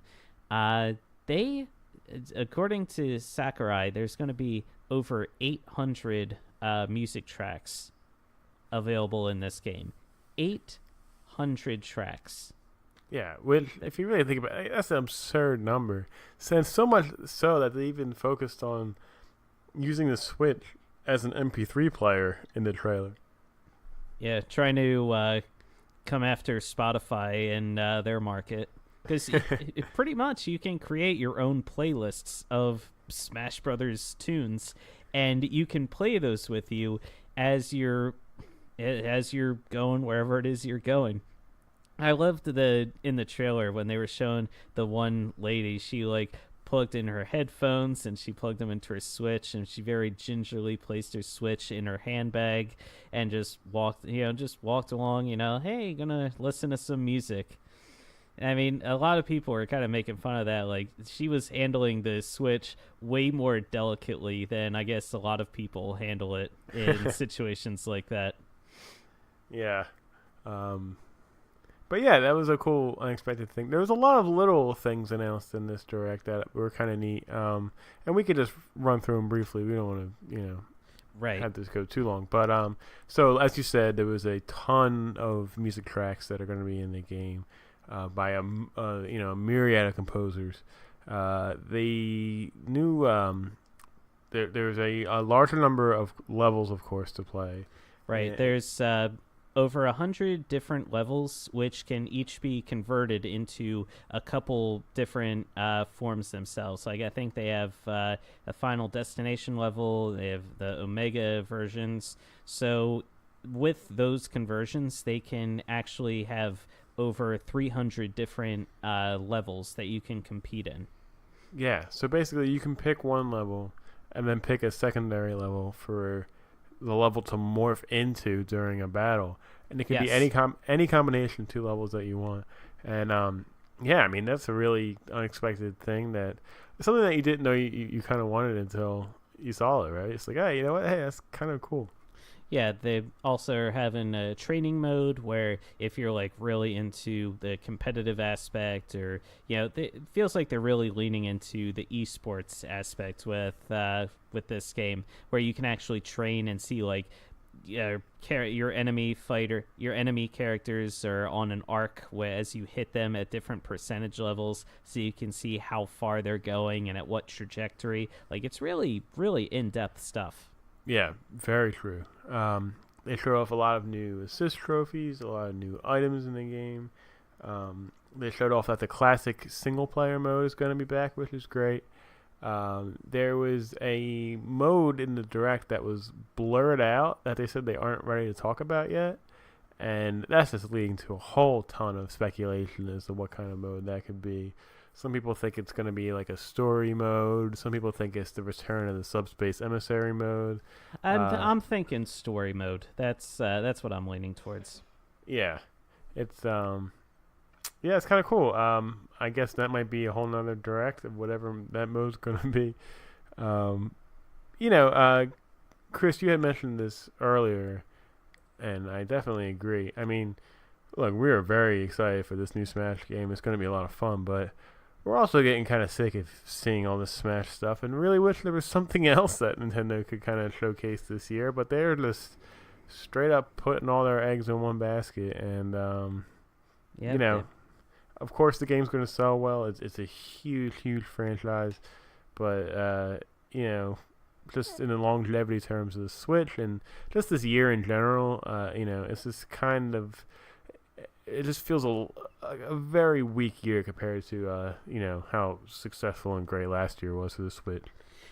I agree and disagree in a sense that, like, I agree that the year feels like it's weaker than it was last year, but in the same token, last year was a gangbusters year. I mean, you had some of the greatest games like ever released for the game last year. Like, that's very true. Like, you had Breath of the Wild come out. You had Super Mario Odyssey come out.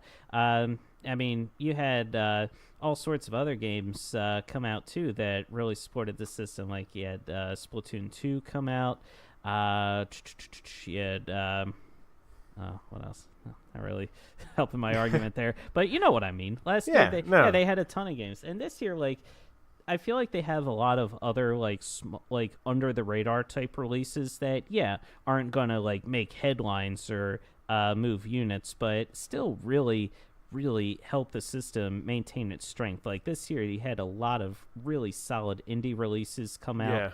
Like Celeste is still like one of my top contenders for Game of the Year. Iconoclasts just came out, which is a solid title. It's very true in terms of indie versus AAA. The year for AAA was way better last year. The year for indie is way better this year. I mean, just the other night I was on the eShop, and I think I said on the homepage alone of like the newly released games, I think I said the words, "Oh, that's out on Switch," like 4 or 5 times while I was scrolling through, the games that were on there.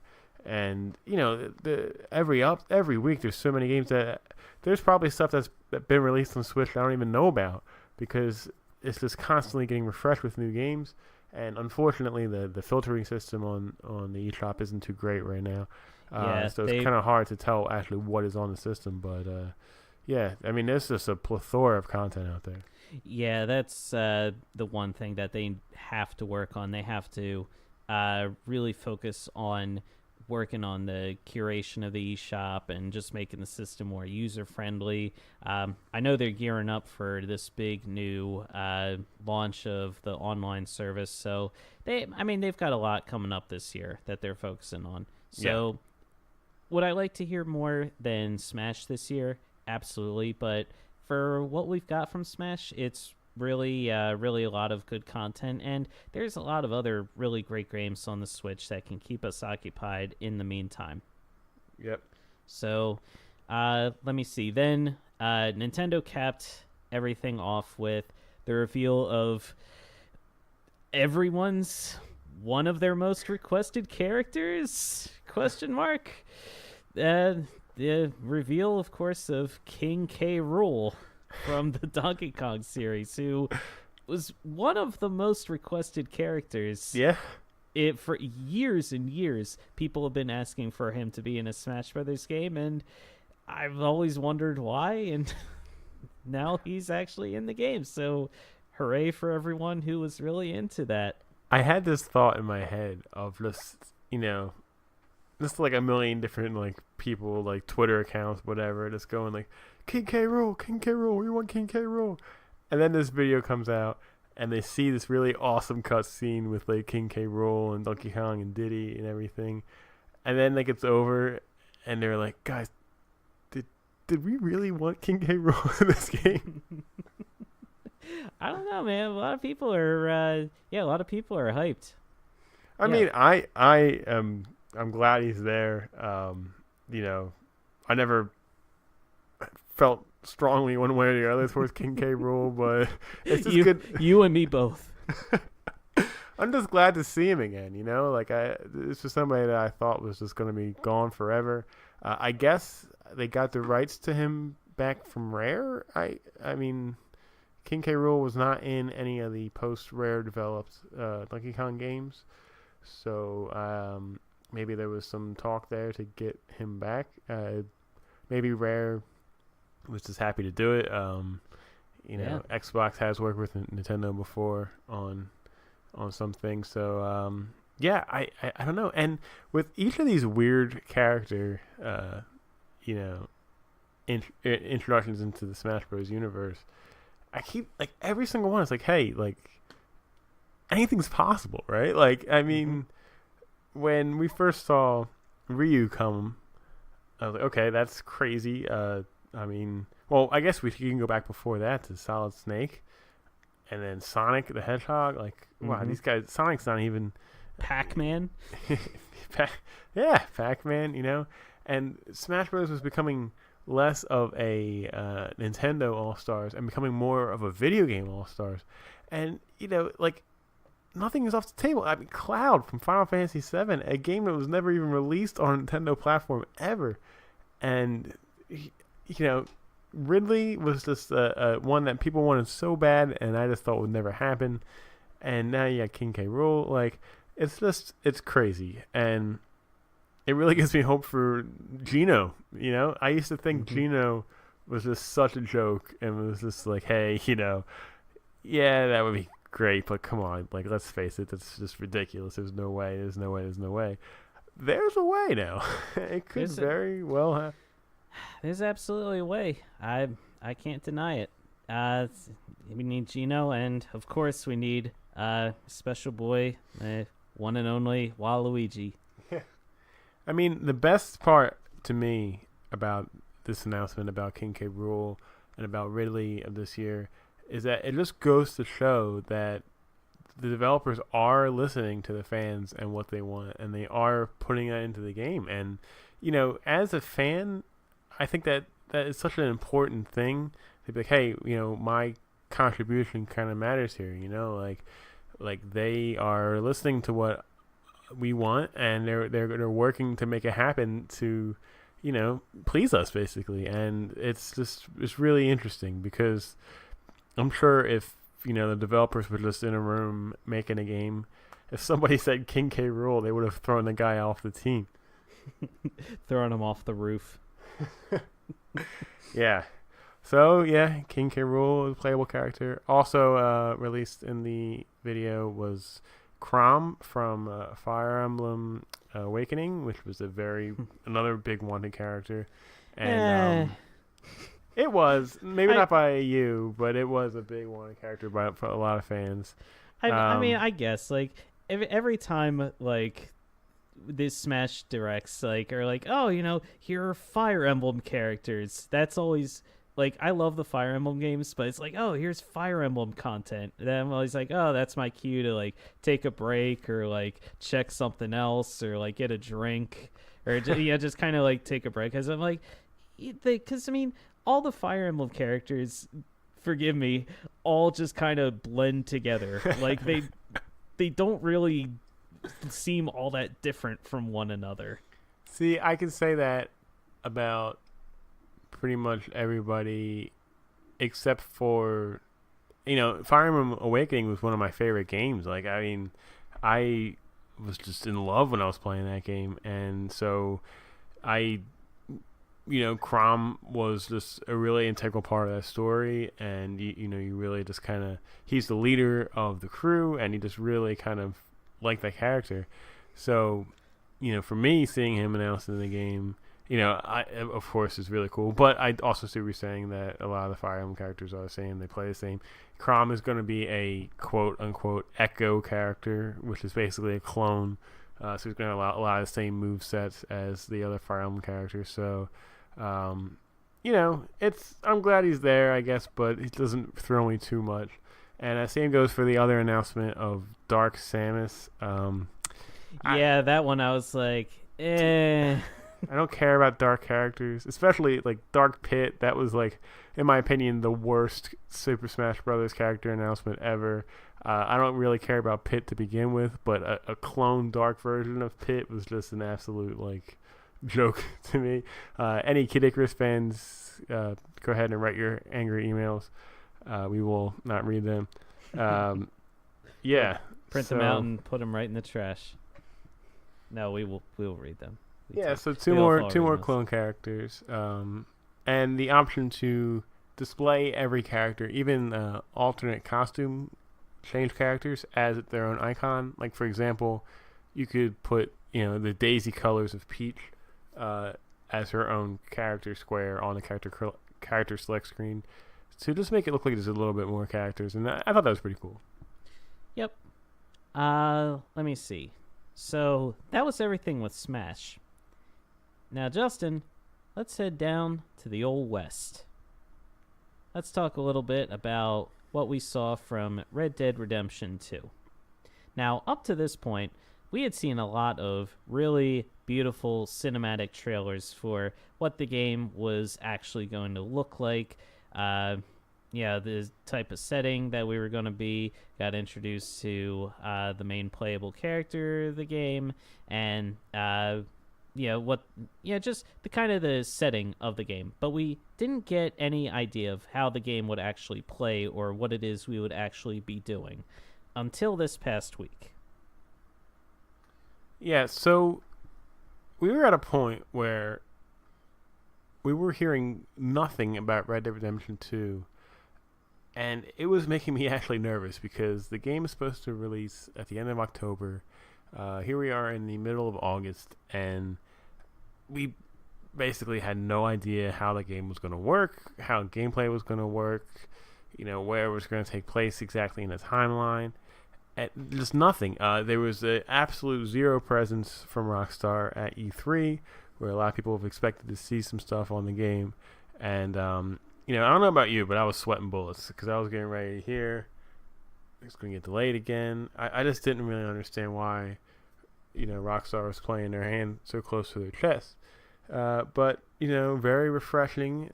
This week they kind of had almost like a surprise drop of like, hey, tomorrow we're going to show you some gameplay. And what we got was part one of a series of gameplay videos that Rockstar is going to be showing off. It was about 6 minutes long. There was a narrator, explaining basically how the game works and what you're going to be doing, accompanied by some gorgeous in-game footage that was just, breathtaking. Like the part when Arthur, the main character, he's like riding his horse, and he's like up on this beautiful like mountain vista, and like he kind of like changes direction on the horse really quickly, and like the wind's blowing, and like the mane and tail of the horse kind of swooshes up in the air, and just like the lighting is so beautiful. Like I was like stunned of how good this game looked visually. Mm-hmm. No, this is just a breathtaking game. Like graphically, just from like how real all the character models look. Like it honestly looks like they are putting you right in the middle of the Old West and just letting you run free. Like, yeah, do whatever you want. Yeah. So you play as Arthur. I think Arthur Rhodes, I think is his name. He is a member of Dutch's gang, and you're basically rolling with this gang the entire game. You're going from town to town, and in between your travels, you can pitch up like a base camp with the gang, and at that camp you can do things like eat and rest and stuff, but also like hang out, tell like stories by the fire. You can play poker and stuff with the gang members there and stuff, take quests from people, and just basically just stuff to interact with in between your journeys to different towns and villages and stuff.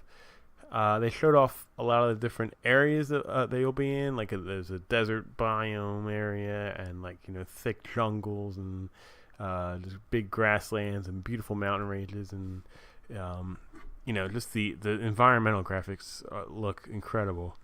And it was just it was more of Red Dead, and for a minute I was getting a little nervous because there was all this talk about the multiplayer focus and how they're going to have a battle royale mode, and it's Grand Theft Auto 5's multiplayer has been an absolute breadwinner for them, and I was starting to think that maybe the solo experience might get diminished a little bit, but there was not a single mention of multiplayer at all in this video.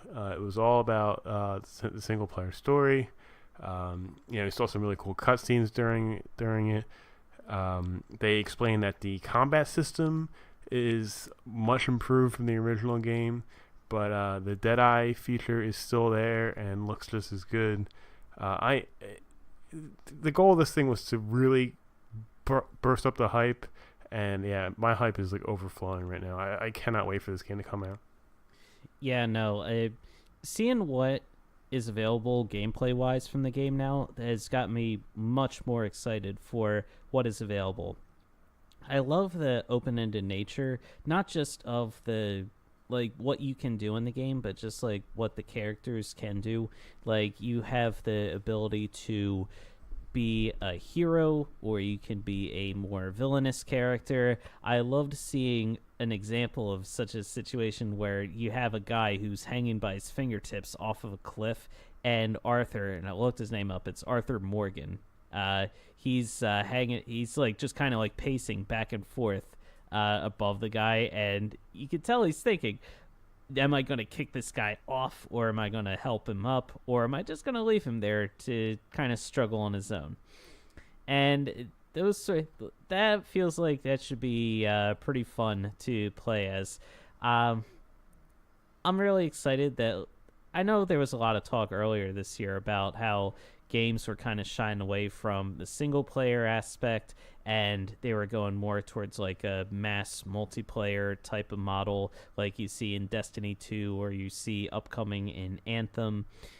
Man, something like this, like it that has so many people excited, and this combined with God of War, I don't see single player going away anytime soon. Not for any reason. Like, just the level of freedom that you've got to be able to do anything and go anywhere. It just looks like this game is going to be an absolute blast to play. Yeah, absolutely. And, the video ended with, next time we have some more things to show you about the single player. And I'm pretty sure the next video probably will start to dive into multiplayer a little bit to show how it works. But from what I saw, I'm thoroughly impressed. I'm still super on board. I can't wait. And yeah, October 28th can't get here soon enough. Yeah, I'm really excited. I got that marked and circled on my calendar too. And with that, we have one last thing to talk about. And unfortunately, I kind of missed this. In fact, Chris brought it up earlier in the day, and I almost forgot about it. But Bethesda had QuakeCon this past week, where some announcements were announced. And Chris, if you would like to kind of take the reins on this one, by all means. So, at QuakeCon, I'm going to talk just very, very briefly about Doom Eternal, just because, frankly, I don't know all that much about it. So, Doom Eternal is basically the sequel to 2016's Doom. The Doom, of course, was the much heralded return of the classic first-person game, and a lot of people had that game as their game of the year in 2016 because it just felt really good to play. Had that melee system where you could just crush demons right in the face. It was it was a good time. So let me see.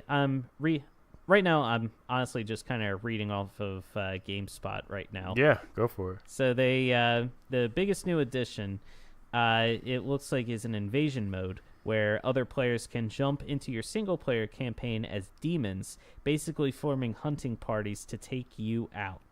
The mode will allow you to join friends to invade or be invaded. Of course, you can also play alone if you don't want to deal with it. So that's honestly sounds amazing, where you could just be playing along, playing some shooting some demons, and then your friends can jump in and just say, hey, try to take us out. Like that honestly sounds like that would be crazy. And that does sound pretty fun, actually. Yeah, and I love the option too where you can kind of turn that on or off. Like if you just don't want to deal with them right now, you can just say forget it. So that's really cool. Let's see. It's this is interesting. A Nintendo Switch version of Doom Eternal has been confirmed, but it's unclear if it'll release alongside for the PS4, Xbox One, and PC versions. See, now I had thought I read that it was going to come out the same day as the other console versions, which would be awesome, and something I've wanted from the Switch from the get-go was to have a day-and-day big AAA title release. But yeah, I'm not sure if I read that title accurately or not. But I guess we'll see as that date gets closer. Right, and right now there's no set release date for Doom Eternal. It's kind of slated for 2019. So it's just a little bit of information there. That information that came from Matt Espinelli on GameSpot. So check out his article there because that's where I got my info, and I'm just kind of regurgitating right now. I don't want any issues like IGN had last week. That was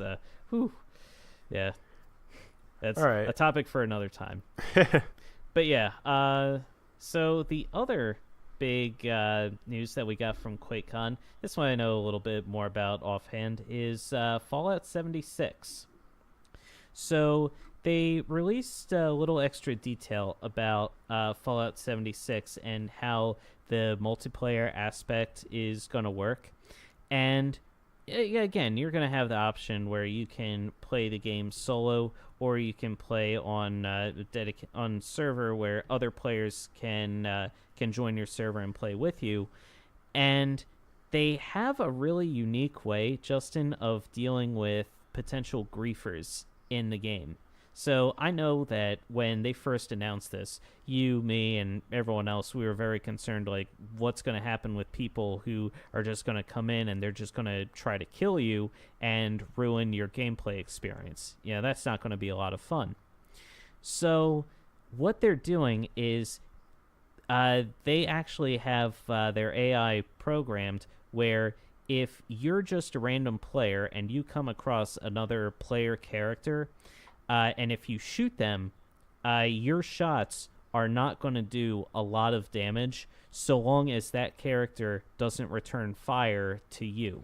If they return fire, then your shots will start to do a normal amount of damage, and then the two of you can have a firefight, and if you win, you win. If not, then that's it. I think if you win, like if you keep shooting this guy and like say he doesn't want to fight and he just keeps running away from you, and you pursue him and you keep shooting him and eventually you kill him, at that point you're done. Not just like you're not kicked from the game, but the game punishes you for this. You don't get any experience points. You don't get any loot drops whatsoever. And you get marked as a wanted murderer in game. In the game, you can see icons where other players are playing, and you can kind of get an idea of where they are. I'm not entirely sure how that works, like if you haven't discovered new players yet, but you can see other players on the map. If you're the wanted murderer, those icons disappear completely. You can't see where any other player is, and every other player can see, hey, that guy's a wanted murderer, and he comes with like an extra bounty, and he gets good loot drops. So if you take this guy out, then you're gonna get like a healthy boost to your stats and everything else. So it incentivizes other players to find you and try to take you out, while severely handicapping you in trying to like defend yourself from this coming onslaught. Which is, it's a huge relief because, like you said, a lot of people were very worried about the grifting system and how it's going to be, but it looks like these are some pretty interesting and fair adjustments to the game. Mm-hmm. No, it's honestly like a really, really huge relief for me. I'm honestly a lot more excited to play the game now that I know that much about it. So that's really cool. And I mean, to be honest, that's really all I had. Like when I said like we would be very briefly touching on the QuakeCon stuff, I meant it. Yeah, we definitely focused more on Smash Brothers and Red Dead Redemption 2, just because like those were the ones that we knew more about. But I feel like we had QuakeCon that just got wrapped up this past weekend. We should at least like briefly touch on what was talked about there. Yeah, well, I think that's a great place to stop for today. Like you said, a lot of big stuff released this week, a lot to cover, and a lot to look forward to for the end of the year. The last couple of months of the year are going to be super strong, like they always are. But I just personally, I can't wait to get out of summertime. I'm so tired of sweating, and I'm greatly anticipating my natural oaf weather of being frigid cold outside, and to kind of curl up with a good game. Yeah, curl up with a good game. Curl up with a hot meal. Enough for a normal human being to eat. Not a mixing bowl's worth of food. Look, I don't need America's standard of bowl, okay? I can do whatever I want. You're not constrained by ideas like what's a normal portion. If I want to eat my food out of a colander, then so be it. Eating soup out of a colander. That's a terrible idea. Well, what do you say we get on up out of here? I agree with that. And that's all for this week. Remember, Press A repeatedly posts new episodes Tuesdays on iTunes, Google Play, Podbean, YouTube, and Spotify. If you like what you hear, please take a moment to rate and review the show, or tell your friends about us. It helps other people find the podcast and will really help us grow. And thank you to all who have rated, reviewed, and subscribed so far. We love you. You can follow us on our Facebook page or on Twitter and Instagram. We are at Press A Repeatedly. I'm at Seagold113, and Justin is at Oaf7724. You can email us any questions or comments at parpodcast@gmail.com. That's parpodcast@gmail.com. And don't forget to check us out on our new site at pressarepeatedly.com. We have a new article up this week from our guest last week, Elena Tomasello, and describing why Mario Tennis Aces isn't fun. So give that a look. And that's all for this week. Chris and Justin signing off. And remember to swing your wrench wildly to bypass the one concern's nasty traps. Press A repeatedly.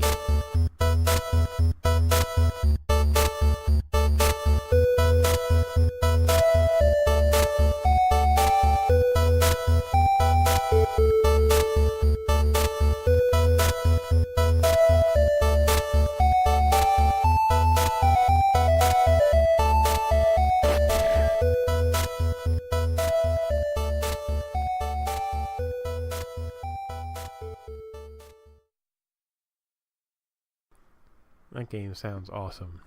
It does. Go take a nap.